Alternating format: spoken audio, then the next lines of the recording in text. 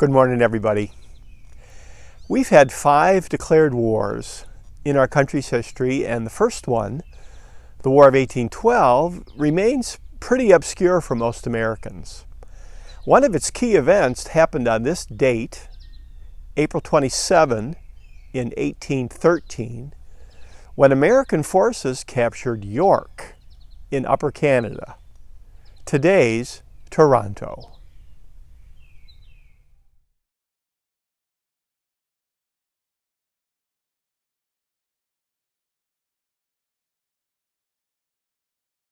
This map from 1812 tells us how big our country was and who was president, James Madison. Sometimes this is called Mr. Madison's War.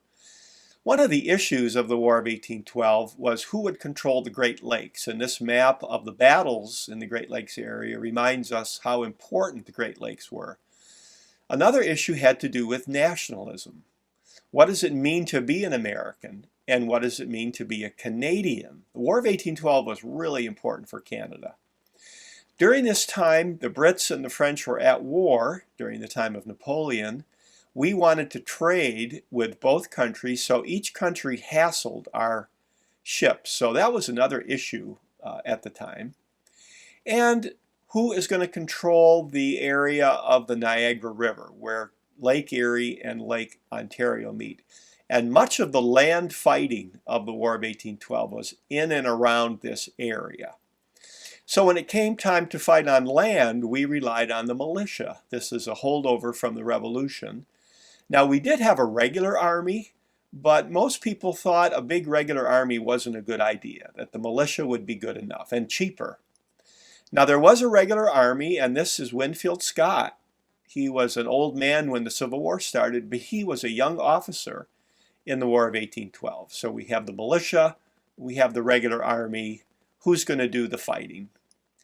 So early on in the war, we had an army that left Detroit, went into Ontario to fight. They had to retreat. They ended up surrendering.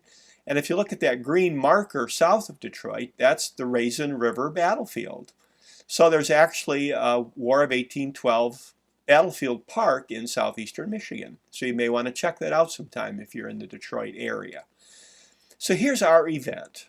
On April 27, 1813, an American army captured York, today's Toronto, but we did not act very well. We burned, we pillaged, looted, not so great.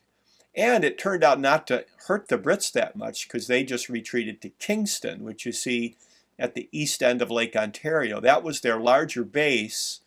So when what's now Toronto fell, that didn't really hurt Britain that much. Later, when the Brits captured Washington, they actually burned the White House. And some say this was in response for our burning of York.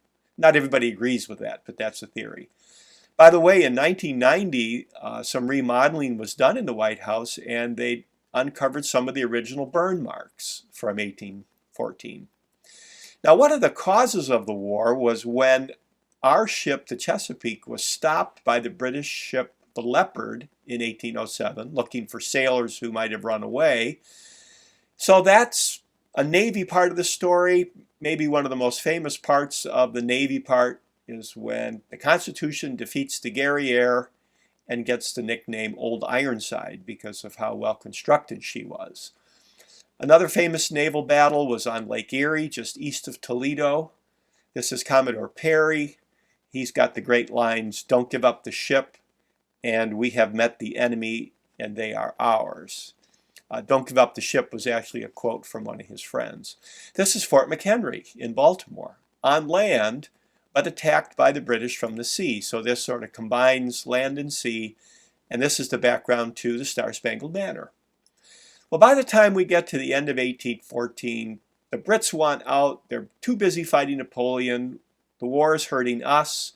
Our diplomats meet in Ghent, Belgium, sign the treaty, but news traveled slowly, and after the treaty was signed was the big Battle of New Orleans. And there you see Andrew Jackson looking very heroic. So this is one of these trivia, what battle was fought after the war was technically finished.